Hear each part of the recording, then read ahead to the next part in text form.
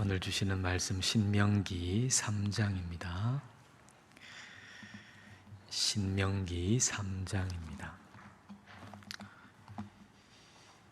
10절부터 읽겠습니다. 신명기 3장 10절부터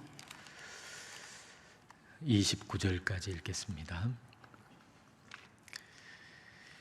우리가 빼앗은 것은 평원의 모든 성읍과 길르앗 온 땅과 바산의 온 땅 곧 오게 나라 바산의 성읍 살르가와 에드레이까지이니라.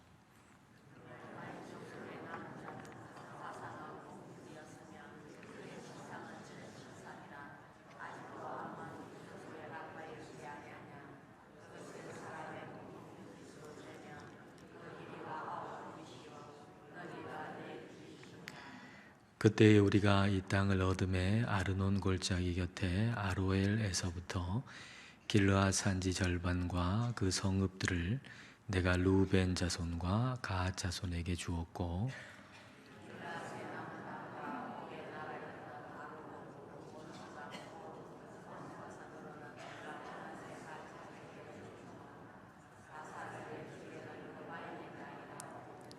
므낫세의 아들 야일이 그술 족속과 마아가 족속의 경계까지의 아르곱 온 지방을 점령하고 자기의 이름으로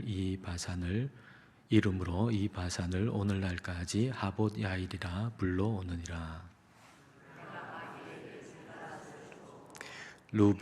루벤 자손과 갓 자손에게는 길르앗에서부터 아르논 골짜기까지 주었으되 그 골짜기의 중앙으로 지역을 정하였으니 곧 암몬 자손의 지역 야복강까지며,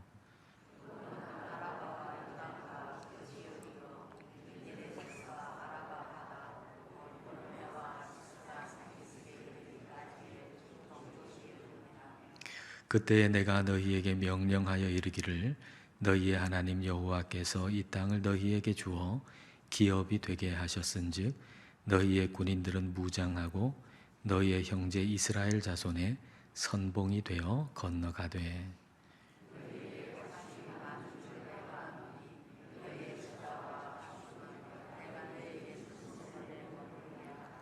여호와께서 너희에게 주신 것 같이 너희의 형제에게도 안식을 주시리니 그들도 요단 저쪽에서 너희의 하나님 여호와께서 그들에게 주시는 땅을 받아 기업을 삼기에 이르거든 너희는 각기 내가 준 기업으로 돌아갈 것이니라 하고,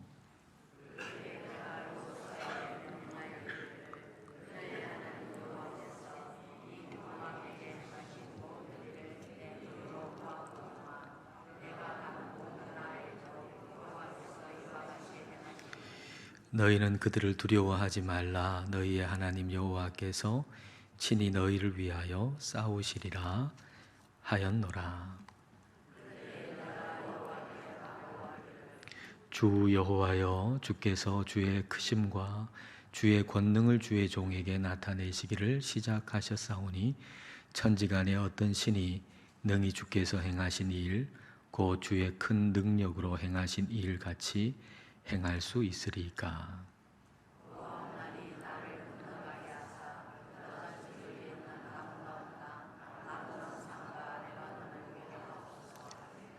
여호와께서 너희 때문에 내게 진노하사 내 말을 듣지 아니하시고 내게 이르시기를 그만해도 족하니 이 일로 다시 내게 말하지 말라.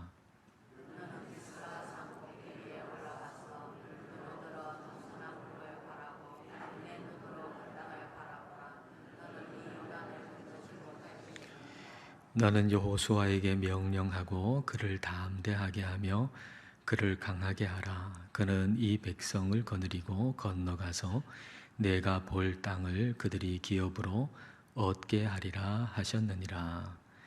그때에 우리가 백부올 맞은편 골짜기에 거주하였느니라. 아멘. 오늘 신명기 3장 1절부터 11절까지는 바산 왕 옥을 물리친 이야기가 기록되어 있고요. 그 바산 왕 옥은 매우 큰 거인이었습니다. 11절에 보면은 이렇게 소개합니다. 르바임 족속의 거인족을 일컫는 게 르바임 족속인데요. 남은 자는 바산 왕 옥뿐이었으며 그의 침상은 철 침상이라 아직도 암몬 족속의 랍바에 있지 아니하냐. 그것을 사람의 보통 규빗으로 재면 그 길이가 9규빗이요 너비가 4규빗이니라. 바산 왕 옥이 거인인데 거인이기 때문에 침대도 굉장히 클 거 아닙니까? 그래서 그 침대의 길이가 9규빗이라는 거예요. 한 규빗이 45cm라고 보면은 그 길이가 한 4m쯤 되고, 그리고 가로의 길이는 1m 80cm 정도 되는, 그러니까 거인이 아주 큰 사람이 사용하는 그런 침대, 그리고 그렇게 큰 사람이 바산왕 옥이었다는 거예요. 그러니까 바산왕 옥이 그 큰 덩치를 가지고서 군대를 이끌고 오면 얼마나 참 겁이 나겠습니까? 2절에 보면 여호와께서 내게 이르시되 그를 두려워하지 말라. 내가 그와 그의 모든 백성과 그의 땅을 내 손에 넘겼으니 내가 헤스본에 거주하던 아모리 족속의 왕 시혼에게 행한 것과 같이 그에게도 행할 것이니라 하시고, 이 바산 왕 옥하고 싸우기 전에 지난 그 2장에 그 헤스본 왕 시혼하고 싸워서 이겼지 않습니까? 근데 시혼한테 이긴 것처럼 바산 왕 옥하고도 싸워서 이기게 해주겠다, 그런 얘기죠. 그러니까 승리의 그 경험을 기억해라, 그런 얘기입니다. 승리의 경험을 기억해라. 근데 승리의 경험을 기억한다라고 하는 것은 이전의 방식을 기억하는 것이 아니라 이전에 얼마나 주님을 신뢰했고 믿었고 그 신뢰함, 믿음, 이걸 기억하라는 거예요. 도와주셨던 하나님을 기억하라는 거예요. 예전에 싸웠는데 그때 이런 전략을 사용해서 우리가 이겼어. 그 전투에서 우리가 이 무기를 사용해서 우리가 이겼어. 이걸 기억하라는 게 아니라 그때 하나님의 말씀을 의지하고 믿고 신뢰했고 또 하나님이 도와주셨던 바로 그 하나님을 생각하고 기억하고 신뢰했던 그 마음을 이제 잊어버리지 말고 다시 기억하고 그 마음으로 우리 하나님 믿고 두려워하지 말고 담대히 나가라, 그런 얘기가 되는 거죠. 그렇게 해가지고 이 하나님의 백성들이 하나님을 신뢰함으로 말미암아 그 바산 왕 옥을 이겼어요. 그래서 바산 왕 옥을 이김으로 말미암아서 그 승리를 하고 그 땅을 차지해서 루벤, 갓, 므낫세 반 지파, 그러니까 두 지파 반이 그 땅을 차지하게 된 거죠. 자, 그러면 이제 루벤, 갓, 므낫세 반 지파가 요단강 동편 땅을 차지했어요. 그러니까 우리는 땅을 차지했으니까 이제는 더 이상 요단강 건너서 그 요단 서편에 있는 가나안 땅으로 우리는 갈 필요가 없다, 이렇게 생각할 수 있지 않겠습니까? 자, 18절과 19절을 보시죠. 그때에 내가 너희에게, 너희는 이제 요단 동편의 땅을 분배받은 루벤, 갓, 므낫세 반지파죠. 너희에게 명령하여 이르기를 너희의 하나님 여호와께서 이 땅을 너희에게 주어 기업이 되게 하셨은즉 너희의 군인들은 무장하고 너희의 형제 이스라엘 자손의 선봉이 되어 건너가되 너희에게 가축이 많은 줄 내가 아노니 너희의 처자와 가축은 내가 너희에게 준 성읍에 머무르게 하라. 가축이, 이 두 지파 반에게 가축이 많아요. 그러니까 처자와 가축은 이 요단 동편에 그대로 머물지만 너희 장정들, 군인들은 이 요단강을 건너갈 때 다른 지파보다 더 앞에 선봉에 서가지고 앞으로 나아가라, 그런 말씀입니다. 여기서 먼저 생각할 것은 가축이 많았다라고 하는 거거든요. 가축이 많았다. 긴 광야 생활을 했는데 가축이 많았다. 이것은 물론 그 아모리 왕 시온하고 바산 왕 옥하고 싸워가지고 이길 때 이제 생긴 가축도 있어요. 근데 이 두 지파 반에게 특별히 가축이 많았다는 것은 그 광야 생활하면서도 많은 가축이 있었다는 얘기거든요. 그 말은 무슨 말이겠습니까? 그 광야 생활, 험악한 광야 생활을 할 때에도 가축이 많았다라고 하는 것은 하나님께서 그 가축 먹을 것도 다 제공해 주셨고, 그리고 가축이 새끼를 낳으면 죽지 않고 건강하게 잘 태어나고, 그리고 하나님이 길러주셔가지고 그 가축이 또 잘 자라고 또 새끼를 낳고 그렇게 했다는 걸 의미하는 것이죠. 그러니까 이스라엘 백성들은 그 가축을 보고서 믿음이 작아지면 그 가축을 보고 깨달아야 되겠죠. 아, 하나님께서 이 가축도 이렇게 돌봐주신다면 하물며 우리일까 보냐, 우리는 안 돌봐주시겠는가. 그러니까 믿음이 작아질 때 가축을 보고서 믿음을 다시 키워야 된다라고 하는 거죠. 마태복음에도 그런 말씀 하시잖아요. 마태복음 6장 30절에 예수님이 이렇게 말씀하시죠. 오늘 있다가 내일 아궁이에 던져지는 들풀도 하나님이 이렇게 입히시거든 하물며 너희일까 보냐, 믿음이 작은 자들아. 예수님께서 우리한테 뭐라고 하시는 거예요? 들풀을 보고 믿음을 좀 키워라, 그런 얘기 아닙니까? 그러니까 우리가 믿음이 점점 약해져요. 그러면 들풀을 좀 봐라, 좀 믿음을 좀 키워라. 또 이스라엘 백성들한테는 어떻게 말씀하시는 거예요? 너희들 기르고 있는 그 가축을 좀 봐라, 그리고 좀 믿음을 키워라, 그렇게 말씀하시는 거죠. 요즘에는 뭐 강아지 키우는 사람도 많고 또 고양이 키우는 사람도 많고 그런 분들이 많은 것 같아요. 여러분들 중에도 아마 많은 분들이 강아지를 키우거나 고양이를 키우거나 뭘 키우실 거예요. 근데 생각해 보면은 내가 주인으로서 그 강아지 키우고 고양이 키우는데 먹을 거 챙겨주죠. 산책도 다 시켜주죠. 예? 얼마나 부지런한지 산책도 다 시켜주고 먹을 것도 챙겨주고 뭐 그런 걸 본다고 하면, 야, 주인인 나도 이 동물을 이렇게 보살피는데 내 삶의 주인이신 하나님께서 하물며 나를 돌봐주시지 않겠는가. 우리가 그렇게 우리가 기르는 동물들을 보고서 믿음을 키워야 될 거예요. 우리가 생각해 보면 우리 주변에 믿음을 기를 수 있는 것들이 천지에 깔려 있어요. 우리의 주변에 우리의 믿음을 키울 수 있는 것이 천지에 깔려 있고, 이스라엘 백성들에게 그 가축은 단순하게 가축이 아니고 또 믿음을 키울 수 있는 도구이기도 했다라고 하는 거죠. 가축을 키우기에 좋은 땅이 요단강 동편이었는데, 그 요단강 동편에 르우벤, 갓, 므낫세 반지파, 가축을 많이 가진 이 두 지파 반이 그 땅을 이제 차지하게 됐습니다.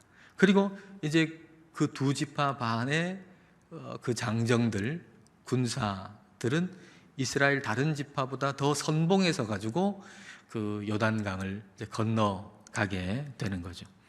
이 두 지파 반은 이미 땅을 얻었기 때문에 마음이 좀 식을 수 있어요. 내가 얻을 거 다 얻었잖아요. 저 건너편에 가가지고 내가 얻을 건 없어요. 그러니까 마음이 식을 수 있잖아요. 그렇게 돼가지고 만약에 다른 지파들이 가는데 마지 못해서 가야 되긴 가야 되겠고, 뭐 가도 별 이득은 없을 것 같고, 그래서 마지 못해서 그들 뒤를 이렇게 따라간다고 여러분 한번 생각해 보세요. 그럼 어떤 일이 벌어지겠어요? 다른 지파들이 볼 때, 아이, 저놈들이 자기는 먼저 땅 얻었다고 저렇게 뒷전에서 마지 못해서 저렇게 오는구나 싶으면 마음이 얼마나 막 힘들겠어요. 그러다 보면은 이제 건너가서 거기에 있는 족속하고 싸워야 되는데, 한 마음이 돼가지고 싸워야 되는데, 가다가 그냥 서로 마음이 뒤틀어져가지고 내부 분열이 일어날 가능성이 굉장히 크잖아요. 그렇기 때문에 동편에서 땅을 얻은 두 지파 반은 오히려 더 큰 책임감을 가지고서 그 선봉에 서가지고 가는 것이 전체가 하나가 돼서 또 그 일을 감당하기에 좋은 모양이 되는 것이죠. 하나님께서 가나안 땅을 주신다는 약속은 이스라엘 전체에 주신 약속이에요. 전체에 주신 약속. 그러니까 이 약속에 예외가 되는 지파는 없어요. 요단 동편에서 이제 땅을 얻었다고 해가지고 하나님께서 가나안을 주시겠다고 하는 약속에 예외가 되는 게 아니에요. 왜냐하면 모든 지파에게, 모든 이스라엘에게 주신 약속이기 때문에. 그래서 이 두 지파 반도 하나님의 약속을 붙들고서 마음이 식으면 안 된다는 거죠. 자기들은 이미 땅을 얻긴 했지만, 그러나 하나님의 그 약속에 대해서 마음이 식어서는 안 된다라는 거죠. 그래서 이 두 지파반은 땅을 얻었지만 여전히 마음을 새롭게 하기 위해서 선봉에 서서 나가는 것입니다. 끝까지 하나님 약속을 붙들어야 되는 거죠. 끝까지 하나님 명령을 붙들어야 되는 거죠. 이 약속, 이 명령을 끝까지 붙들지 아니하면 어떻게 보면 자기 유익에 눈먼 사람으로 전락할 수 있습니다. 그 가데스 바네아에서 세렛 시내까지 38년 걸려가지고 왔잖아요. 근데 그동안에 그 이전 기성세대들은 다 죽었잖아요. 그러니까 세렛 시내를 건넜다는 것은 새 출발을 한 건데, 이 새 출발을 하면서 이제 그 가나안 땅을 향해서 이제 위로 북쪽으로 계속 올라가고 전진해 나가거든요. 계속 전진해 나가는데, 근데 요단강 동편 땅을 딱 얻었단 말이에요. 두 왕을 이기고 전쟁에서 땅을 얻는 순간 그 두 지파 반이 거기에 머무른다 그러면은 하나님의 약속을 지금까지 붙들고 온 것처럼 보였는데 자기의 이득 앞에서 그냥 쑥 주저앉는 꼴이 되고 마는 것이죠. 그러니까 우리가 하나님께서 좋은 것 주실 때 그때 이런 유혹이 있는 거예요. 하나님께서 좋은 걸 우리에게 딱 주시면 그래도 우리는 그 좋은 것보다는 하나님의 약속을 더 붙들어야 되는데, 우리가 이렇게 말씀 붙들고 이렇게 가다가 좋은 것이 하나 딱 주어지면 우리는 그 말씀 아니고 그 좋은 것 딱 붙들고 거기에 그냥 주저앉아 버리려는 그런 마음이 있단 말이에요. 그래서는 안 되고, 오히려 좋은 것 주실 때 유혹이 된다는 사실을 늘 기억하고서 그때도 말씀을 또 붙들어야 된다는 거죠. 그러니까 말씀을 또 붙들고 우리가 뭐 실패했을 때만 말씀을 붙드는 게 아닙니다. 좋은 거 주어질 때도, 뭐 소위 성공했을 때도 그때 계속 말씀을 붙들어야 되는 거죠. 그래서 루벤, 갓, 므낫세 반지파, 이 두 지파 반이 하나님께서 은혜를 베풀어 주셨어요. 그래서 말씀을 계속 붙드는 거죠. 그리고 이제 선봉에 서서 건너갈 수 있는 그런 힘이 생기게 된 겁니다. 20절 말씀, 자 20절을 같이 읽어보겠습니다. 여호와께서 너희에게 주신 것 같이 너희의 형제에게도 안식을 주시리니 그들도 요단 저쪽에서 너희의 하나님 여호와께서 그들에게 주시는 땅을 받아 기업을 삼기에 이르거든 너희는 각기 내가 준 기업으로 돌아갈 것이니라 하고, 하나님께서 그 두 지파 반에게 그 땅을 주신 것처럼 요단강 서편의 가나안 땅에서도 하나님 그렇게 땅을 주실 거다, 기업을 주실 거다, 그렇게 말씀하시죠. 그러니까 모세는 지금 뭘 하냐면은 이스라엘 백성들에게 계속 믿음을 불러일으키는 일을 하고 있어요. 계속 믿음을 불러일으키는 일. 지금 해야 할 일이 남았잖아요. 계속 나아가야 되죠. 그러니까 믿음이 필요해요. 계속 믿음을 불러일으키는 일을 하고 있어요. 요단 동편에서 봐라, 그 두 왕을 이기지 않았냐. 마찬가지로 요단강 건너서 가나안 땅에 가서도 이길 거다, 하나님이 승리 줄 거다, 계속 믿음을 불러일으키는 것이죠. 그리고 그걸 백성들에게 또 여호수아에게 가르치는 거예요. 여호수아에게 봐라, 하나님이 이 거대한 덩치 큰 거인 그 두 왕을 우리에게 이기게 해주셨는데 너 여호수아 이스라엘 백성들이 이끌고 저 요단강 건너편에 가나안 땅 가서도 하나님이 도와주셔서 승리를 줄 거야 하고 가르쳐 주는 거죠. 여호수아를 21절 22절을 보십시오. 그때에 내가 여호수아에게 명령하여 이르기를 너희의 하나님 여호와께서 이 두 왕에게 행하신 모든 일을 내 눈으로 보았거니와 내가 가는 모든 나라에도 여호와께서 이와 같이 행하시리니 너희는 그들을 두려워하지 말라. 너희의 하나님 여호와께서 친히 너희를 위하여 싸우시리라 하였노라. 아모리 왕 시온하고 바산 왕 옥, 이 어마어마한 왕들과 그 군사들 이겼지 않냐. 그런 것처럼 모든 나라에 대해서도 하나님이 너에게 승리를 줄 거야. 그렇게 지금 가르쳐 주는 거예요. 승리를 기억해라. 하나님을 기억해라. 담대하라. 두려워하지 말아라. 근데 이것은 하나님께서 모세한테 너는 가나안 땅에 못 들어가. 그러니까 여호수아가 이끌고 갈 테니까 여호수아한테 가르쳐 줘. 이렇게 명령하셨단 말입니다. 근데 그 명령하신 것을 모세가 그대로 하고 있는 거예요. 하나님이 모세한테 너는 못 들어간다. 여호수아가 이끌고 갈 거다. 그러니까 여호수아한테 가르쳐 줘라. 그 명령대로 모세가 그렇게 여호수아한테 가르쳐 줬는데 그렇게 여호수아를 준비시키고 보니까 마음속에 생각해 보니까 나도 가나안 땅 가면 참 좋겠다. 이런 생각 드는 거예요. 그렇지 않겠습니까? 이제 여호수아를 막 준비를 시켜요. 준비를 시키는데 말씀대로 준비를 시키면서 마음속에 드는 생각은 나도 가면 좋겠다. 그렇지 않겠습니까? 이 요단 동편에서 내가 은퇴하기보다는 저 요단강 건너가지고 가나안 땅 가서 은퇴식 하면 참 좋겠다. 그렇지 않겠어요? 이제 모세가 은퇴식이 가까이 왔는데 하나님은 여기서 은퇴하라 이거예요. 여기서 은퇴해라. 가나안 땅 들어가지 말고 여기서 은퇴해라. 근데 이제 모세 마음은 아니 여기 말고 저 가나안 땅 가가지고 은퇴식 하면 참 좋겠는데 그 땅도 보고 그런 마음이 드는 거예요. 그래서 이제 그런 마음이 자꾸 드니까 하나님한테 그래 하나님 얼마나 좋으신 분이냐, 하나님 얼마나 크신 분이고 얼마나 위대하신 분인가 하나님께 한번 내가 기도해보자. 그래서 하나님 먼저 하나님 찬양하고 높여드리고 그 다음에 이제 마음의 소원을 이제 하나님한테 아뢰는 겁니다. 25절과 26절이 바로 그 기도죠. 이렇게 기도합니다. 구하옵나니 나를 건너가게 하사 요단 저쪽에 있는 아름다운 땅 아름다운 산과 레바논을 보게 하옵소서 하되 여호와께서 너희 때문에 내게 진노하사 내 말을 듣지 아니하시고 내게 이르시기를 그만해도 족하니 이 일로 다시 내게 말하지 말라. 모세가 구하는 거예요. 나도 요단강 건너가지고 그 요단강 건너서 그 가나안 땅 가서 가나안 땅에서 그 아름다운 땅 좀 보게 해주세요.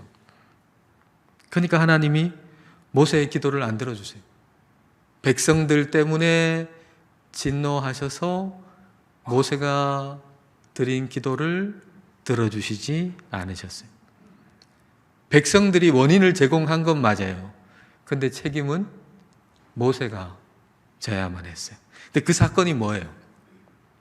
모세가 가나안 땅에 들어갈 수 없게 된 사건이 뭐죠? 무리바 사건 아닙니까? 무리바 사건. 민수기 20장에 이제 백성들이 물이 없어가지고 야단이잖아요. 그러니까 하나님께서 모세한테 저 바위한테 명령해서 물이 나오게 해라. 근데 이 모세가 스트레스를 많이 받았나 봐요. 너무 화가 나가지고 하나님은 명령해서 말을 해가지고 그 바위에서 물이 나오게 하라 그랬는데 너무 막 화가 나가지고 화가 치밀어가지고 그 지팡이로 그 바위를 막 2번씩이나 치잖아요. 그 다음에 이제 물이 거기서 나오는 거거든요. 근데 그때 이제 하나님이 하시는 말씀이 민수기 20장 12절에 이렇게 말씀하세요. 여호와께서 모세와 아론에게 이르시되 너희가 나를 믿지 아니하고 이스라엘 자손의 목전에서 내 거룩함을 나타내지 아니한 고로 너희는 이 회중을 내가 그들에게 준 땅으로 인도하여 드리지 못하리라 하시니라. 이스라엘 백성들 앞에서 모세가 해야 할 일은 뭐냐 하면 하나님이 어떤 분이신가를 나타내는 거예요. 그러니까 하나님이 어떤 분이신가를 나타내야 되는데 그걸 지금 모세가 제대로 하질 못했기 때문에 약속의 땅에 너는 못 들어간다. 그렇게 말씀하신 거거든요. 이걸 볼 때 이제 모세의 분노는 단순한 분노가 아니었다는 거예요. 내가 막 스트레스 받아가지고 화가 나가지고 그리고 화를 내는 뭐 그 정도의 화가 아닌 거예요. 하나님의 영광을 가리는 분노였다는 거죠. 하나님의 영광을 가리는 분노. 하나님의 계획을 막아버리는 분노. 하나님의 계획은 뭐였죠? 그 반석을 통해 가지고 그 반석이 뭘 의미하는 겁니까? 고린도전서 10장에 보면 그 반석은 그리스도라 그랬거든요. 그 광야 생활의 그 반석은 그리스도라 그랬어요. 그러니까 우리 하나님께서는 그 반석에서 물이 나오는 걸 통해서 이 백성들에게 그리스도를 알게 하시기를 원했던 거예요. 하나님을 알게 하기를 원했던 거예요. 근데 모세가 그 분노로 말미암아 가지고 그 하나님의 거룩하심을, 영광을 나타내는 일을 가로막아 버렸다. 그래서 그게 어마어마하게 큰 일이었고, 그래서 그는 가나안 땅에 들어갈 수가 없었다. 그런 얘기죠. 그래서 우리가 분노가 치밀 때 조심해야 돼요. 아, 하나님의 영광을 가릴 수 있겠구나. 단순하게 뭐 스트레스를 많이 받았다 뭐 이런 차원이 아니고 우리는 이 분노가 하나님의 영광을 가릴 수 있겠구나. 이걸 생각해야 돼요. 그리고 하나님 말씀의 다스리심을 받아야 된다. 우리의 감정도. 하나님께서 모세한테 그만해도 족하다. 하나님한테 저기 가고 싶은데요. 저희 가서 아름다운 땅을 좀 보게 해 주십시오. 그러니까 그만해도 족하다. 이제 더 이상 그 얘기하지 마라. 그렇게 말씀을 하셨어요. 바울도 간구할 때 내 은혜가 너에게 족하다. 그렇게 말씀하셨어요. 하나님께서 그만해도 족하다 그러면 진짜 그런 거예요. 하나님께서 그만해도 족하다 그러면 진짜 족한 거예요. 하나님께서 지금 기도를 들어주시지 않는다 그래가지고 하나님이 나를 사랑하지 않는 게 아니에요. 하나님께서 모세가 드리는 기도를 들어주시지 않으셨지만 하나님이 그럼 모세를 사랑하지 않느냐? 결코 그렇지 않아요. 하나님은 모세를 여전히 사랑하세요. 그 가나안 땅에 들어가는 건 허락하시지 않으셨지만 하나님은 모세를 여전히 사랑하세요. 27절 말씀을 여러분 보십시오. 너는 비스가 산 꼭대기에 올라가서 눈을 들어 동서남북을 바라고 내 눈으로 그 땅을 바라보라. 너는 이 요단을 건너지 못할 것임이니라. 여러분, 이 장면은요, 하나님이 모세를 여전히 사랑하신다는 걸 보여주는 거예요. 그 땅에는 못 가요. 그러나 비스가 산에 올라가게 해가지고는 그 땅을 보게 하시거든요. 그러니까 그 땅을 모세로 보게 하시는 하나님은 모세를 여전히 사랑하시는 하나님. 조금도 그 사랑이 떨어지지 아니하고 모세를 완벽하게 사랑하시는 하나님의 모습을 여기에서 보여주고 있어요. 여러분, 여러분의 기도를 하나님이 혹 들어주시지 않는다 해도 하나님은 여러분을 여전히 사랑하세요. 여전히. 그러므로 그만해도 족하다. 그러면 족한 줄 알고 감사해야 돼요. 모세도 그랬을 거예요. 기도가 거절당하고 나서 실망하고 하나님 사랑을 의심하고 그랬던 게 아니고 오히려 그 부분에 대해서 정리됐기 때문에 그 부분이 정리됐잖아요. 그러니까 지나간 세월들을 생각하면서 바라보면서 하나님 앞에 감사를 드렸을 거예요. 만약 그 부분이 정리가 안 되면 혹시 하나님께 기도를 드리면 들어주실 수도 있어 라고 생각하면 계속 기도할 수 있겠죠. 근데 정리가 됐잖아요. 이제 그만해도 족하다. 이제 더 이상 그것 가지고 기도하지 말아라. 정리가 된 거 아닙니까? 깔끔하게. 이건 정리가 딱 됐어요. 아니구나 이거는. 그러면은 오히려 감사할 수 있단 말이에요. 이건 아니구나. 그렇다면 지나온 모든 세월 가운데 하나님께서 함께 하신 세월들 생각하면서 감사하다 하고 오히려 감사할 수 있는 거죠. 우리가 하나님께 기도했는데 하나님 안 들어주셨어요. 그럼 우리는 실망하고 하나님 사랑을 의심하고 그럴 게 아니라 그게 정리가 됐잖아요. 정리되기 전에는 하나님이 이걸 내가 하나님께 기도하면 들어주실지도 몰라. 또 들어주셨으면 좋겠어. 그래서 하나님께 기도했는데 정리가 됐어요. 그만해도 족하다. 그건 더 이상 기도하지 마라. 이렇게 말씀하시면 이제는 그게 정리가 됐으니까 오히려 그게 정리됐기 때문에 지금까지 걸어온 내 인생을 바라보면서 오히려 감사할 수 있게 된다라고 하는 것이죠. 누군가 모세가 가나안 땅 들어가지 못한 걸 두고서 이렇게 표현해 놓은 걸 봤어요. 모세가 가나안에 들어가는 거 허락받지를 못했잖아요. 그리고 그 땅을 이렇게 바라보면서 이렇게 엎드려 있어요. 그러니까 하나님께서 모세한테 얘기하는 거예요. 슬프냐? 모세가 아닙니다. 분하냐? 모세가 아닙니다. 그럼 왜 그렇게 엎드려 있냐? 그러니까 모세가 행복해서요. 아니, 행복하다니.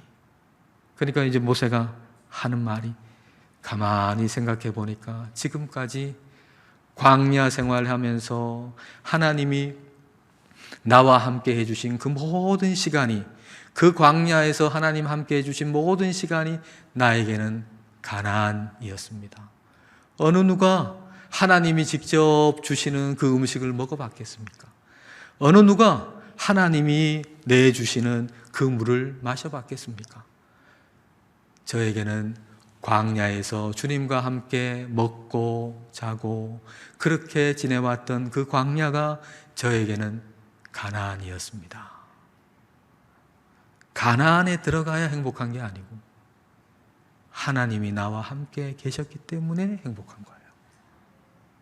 내가 원하는 것이 들어졌기 때문에 우리는 행복한 게 아니고 하나님께서 나와 함께 계시기 때문에 행복한 거예요. 여러분이 기도해가지고 여러분 원하시는 대로 기도 응답을 받았기 때문에 행복한 게 아니라 내가 기도할 수 있는, 언제나 나와 함께 계시는 하나님이 나의 하나님이시기 때문에 나는 행복한 거예요. 우리의 목적은 내가 원하는 걸 얻어내는 게 아닙니다.